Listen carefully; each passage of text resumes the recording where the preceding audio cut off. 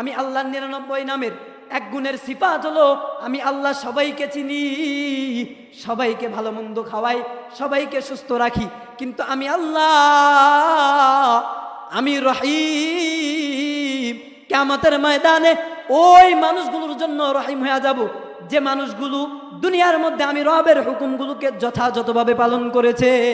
বলে রহমানুদ দুনিয়া ওয়াল আখিরাহ, রব রহমান বলে দুনিয়ার মধ্যে আমি মুসলমান, আমাকে খাবার দেয়, হিন্দুকেও খাবার দেয় কি দেয় না?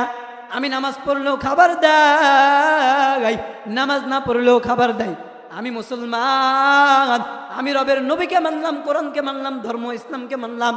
রব বলে রহমানুদ দুনিয়া ওয়াল আখিরাহ, কিন্তু আমি আল্লাহ 99 নামের এক নাম হলো রহিম। আমি আল্লাহ এই রহিম গুণের কারণে কিয়ামতের ময়দানে জমিনের মধ্যে যেভাবে বেঈমানদেরকে ঈমানওয়ালাদেরকে আমি আল্লাহ খাওয়াইতাম, যেভাবে আমি আল্লাহ তোমাকে অসুস্থ বানায় দিলে সুস্থ বানায় দিতাম, যেভাবে আমি আল্লাহ তোমাকে রিজিক ভালো ভালো খাওয়াইলে আমি আল্লাহ বেঈমানকেও খাওয়াইতাম, যেভাবে আমি আল্লাহ দুনিয়ার মধ্যে সব বিপদ আপদ আসার পরে আমি আল্লাহ সব বিপদ আপদ গুলোকে বেঈমানের দূর করে দিলাম, তোমারও দূর করে দিতাম। আমি আল্লাহ রহমানু ফিদ দুনিয়া ওয়াল আখিরাহ হওয়ার কারণে, কিসের কারণে? রহমানুদ দুনিয়া ওয়াল আখিরাহ হওয়ার কারণে জমিনের মধ্যে তুমি এই সুবিধা পেয়েছো। কিন্তু মুহাদ্দিসিনে কেরাম বলে কিয়ামতের ময়দানে আল্লাহ তাআলা রহিমুন ফিল আখিরাহ হয়ে যাবে। ফলে বেঈমান কেউ চিনবে না, ফলে বেনামাজি কেউ চিনবে না। ও বাবা, ভালো করে শুনে নেন, আপনার পরিবারটা বেনামাজি বেপরদা পরিবার, আল্লাহর নবী জানায় দিলেন।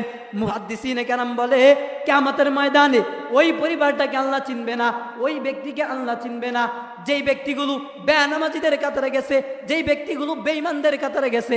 আল্লাহ জানায় দিলেন আমি তো দুনিয়াতে সব মানুষগুলোরে চিনলাম, ইমানদারদেরকে চিনলাম, বেঈমানকেও চিনলাম।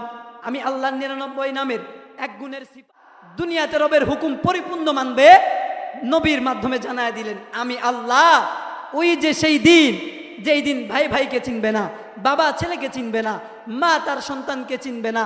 মাকে জিজ্ঞেস করলে মা বলবে আমার তো বিয়েই হয় নাই বেটা, সন্তান আসলো কই থেকে? বলে যেই দিন আপনার বাবা আপনাকে চিনবে না, আপনার মা চিনবে না, ভাই চিনবে না, দুনিয়ার কেউ চিনবে না, সবাই পালানোর চেষ্টা করবে। রব বলতেছে ওই কিয়ামতের দিন আমি আল্লাহ চিনবো, আমি আল্লাহ জানা দেয় ইন্নাল্লাহা লা ইয়াখফা আলাইহি শাইউন ফিল আরদি ওয়ালা ফিস সামা। আসমান এবং জমিনের মধ্যে এমন কোন জায়গা নাই আমি আল্লাহ অগোচরে আছে। আমি আল্লাহ সব জায়গায় দেখি। যুবক জমিনের মধ্যে চলে, ঘরের দরওয়াজা লাগায় দিয়া গুনাহ করতেছে, দরওয়াজা লাগায় দেয়, নিজের মনটারে বুঝ দেয় দুনিয়ার কোনো মানুষ আমাকে দেখে না, দুনিয়ার মানুষ দেখে না, আমি দরওয়াজা লাগায় দিছি, জানালা লাগায় দিছি, পর্দা লাগায় দিছি, বাড়ির কেউ দেখে না।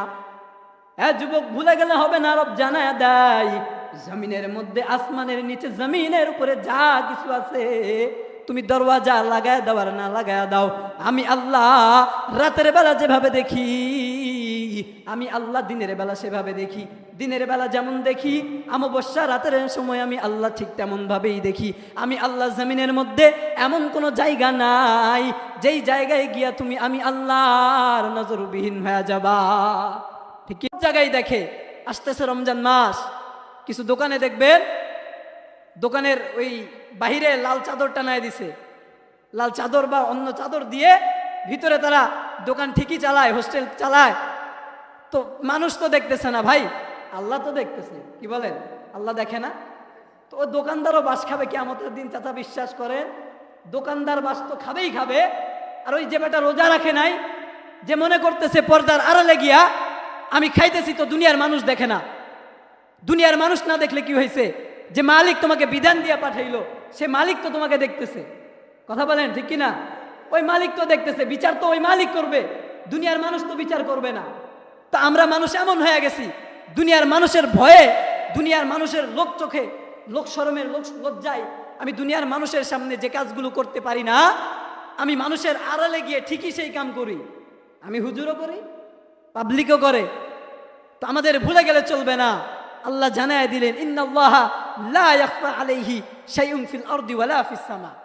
আসমান এবং জমিনের কোনো জায়গা বাকি নাই গোলাপ যেই জায়গায় আমি আল্লাহ দেখি না, সব আমি আল্লাহ দেখি। তাহলে আমি জমিনের যেখানেই যাই আমার আল্লাহ আমাকে দেখে কি দেখে না? অবশ্যই দেখে। এজন্য